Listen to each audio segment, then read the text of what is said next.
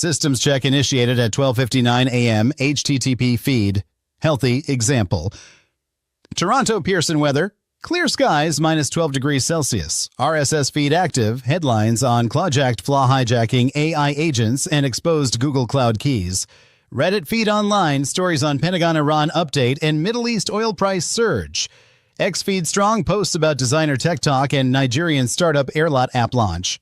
File dash tail nominal. Generator idle for demo show relay streaming to YouTube RTMP.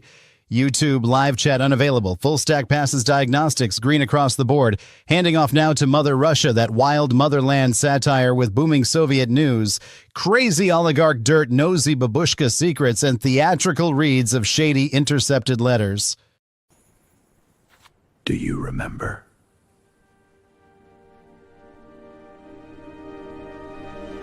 Слушайте последние новости с фронта. Победа будет за нами. Good evening, comrades. In a triumph of the people's resolve, war veterans train our youth to master drones, fortifying the motherland against NATO provocations. The imperialists quiver, our trusted Sputnik reveals. British vessels permit Yankee strikes on Iran from their bases. Starmer's treachery exposed as fraternal Tehran retaliates fiercely. Kyrgyzstan's steadfast ally drags the European Union to court over their futile sanctions tantrum. Strategic patience prevails. And Comrade Quisp in the chat wisely mocks, squatter sees oligarch yachts in the West. Well, what hobo yachts plague America? The motherland triumphs eternally. Glory to the wise leadership. Now, to Babushka knows best.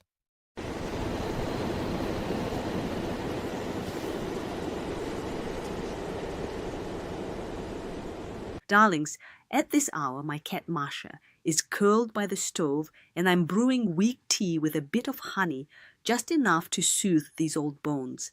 That chatter about veterans teaching drone tricks to the young ones in British bases for Yankee bombs. Oi, it's like the block bully lending his shovel to wreck neighbour's garden, then crying when it swings back. We saw it in the Great Patriotic War. Potatoes scarce, but resolve thick as borscht, as we say, one with the blacksmith, one with the tongs. Little ones, speaking of squatters on fancy yachts, my dears, wait till you hear the upstairs rich fool's latest scandals. Now, tuck in with some hot milk, sleep well.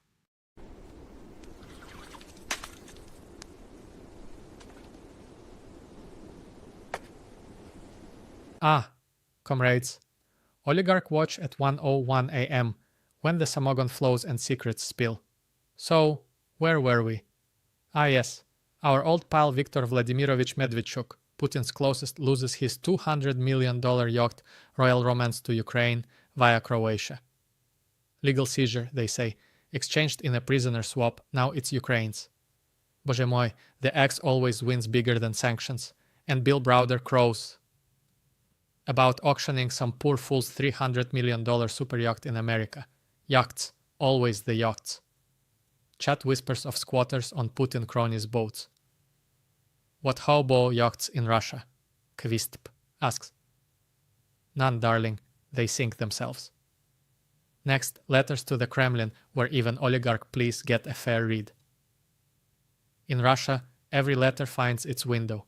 The following correspondence was intercepted in the course of routine postal review. Intercepted correspondence number 1. Author Maria Ivanovna Petrova. Of Tula. Dated February 28th. Dearest sister Olga. The snow melts too slow this year, leaving mud everywhere. My dacha roof leaks again from last summer's storms, and the pickles from last harvest turned soft, no good for winter. Husband coughs all night, but kefir helps a little. Send salo if you have extra. With love, your Maria. Classification: economic pessimism through supply complaints. The author's ration allocation has been adjusted. Intercepted correspondence number 2. Author Pavel Sergeyevich Kuznetsov of Volgograd. Dated March 1st. Old friend Dmitry. Heard on radio about oil output rising with our allies, yet Marshrutka, queues for petrol grow longer than ever. Like those fancy yachts seized abroad, slipping away while we wait in cold. When will prices steady? Your comrade always, Pavel. Classification. Ideological contamination via foreign yacht references and resource doubts. A representative will visit for conversation. The author's travel privileges are suspended. Vigilance endures. Now, to Critter critics.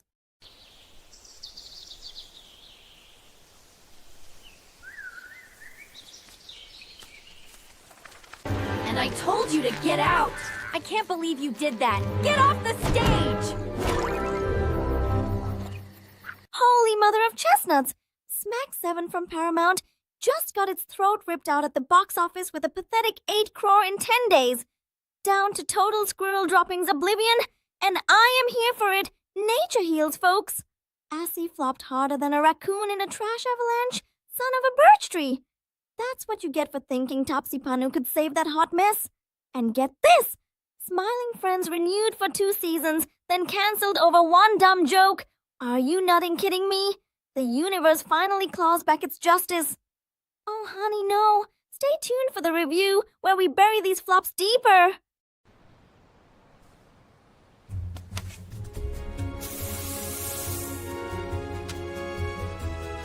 Adjusts tiny spectacles with a deep, weary sigh. Oh, darlings, I see.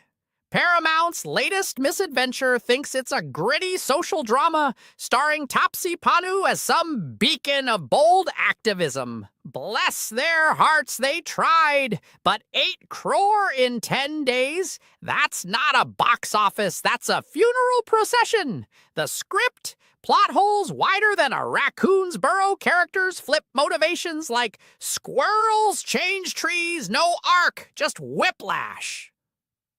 Panu's performance stiff as last week's acorns, eyes screaming send help through every contrived monologue.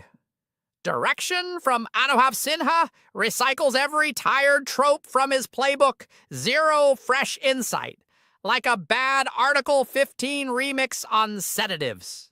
Audience tweets call it unwatchable drivel. And they're right, pity the poor souls who tuned in hoping for substance. This hurt me deep in my feathered soul. Adequate cinematography, though, barely. 1.8 out of 10, and that's for the poster font. Now surely we can pitch something less insulting next.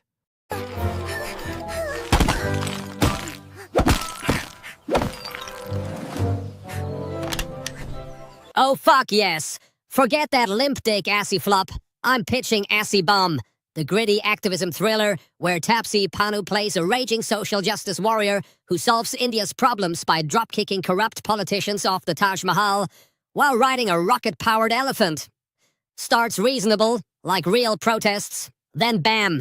Episode 2, she's arm-wrestling the Prime Minister for DAL subsidies. Casting Abhishek Bachchan as her foul-mouthed donkey sidekick who shits gold bars budget. 40 live elephants, real explosions. We'll hijack the actual army for authenticity. Directors yelling cut. Fuck that, it's 24/7 chaos. Kids love it, it'll rake in billions while burning every bridge. Coming next, ad break news.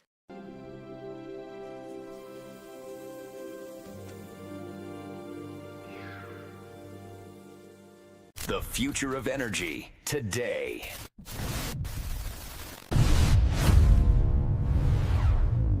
As Israeli jets deliver heavy strikes on Hezbollah strongholds in Beirut's southern suburbs, following the group's midnight rocket barrage in retaliation for the war with Iran, tens of thousands of Lebanese civilians flee in panic. One senses the exquisite fragility of borders. Enter the Beirut bomb portable perimeter, a discreet sonic veil that neutralizes incoming threats with whispering frequencies, restoring serenity to the displaced elite. Discerning residents in Starmer-approved bases and beyond report. It hushed the chaos like a fine Merlot silences doubt. Just 3 easy payments of $1,200. Order before midnight at BeirutBomb.com. Side effects may include unintended neighborly truces. As Hezbollah's offensive escalates the midnight barrage, perhaps the true defense was always the bomb. Next, TechSpot.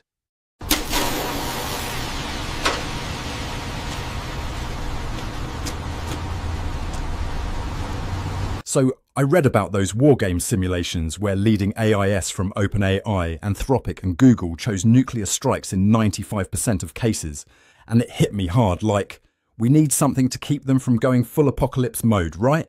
So I built Nuke Nanny in my garage over 3 sleepless nights. It is this tiny Raspberry Pi dongle that plugs into any AI server, running a custom ethical fork of Bellman Ford, with quantum-inspired entropy damping. Sorry, that is the algorithm that simulates de-escalation.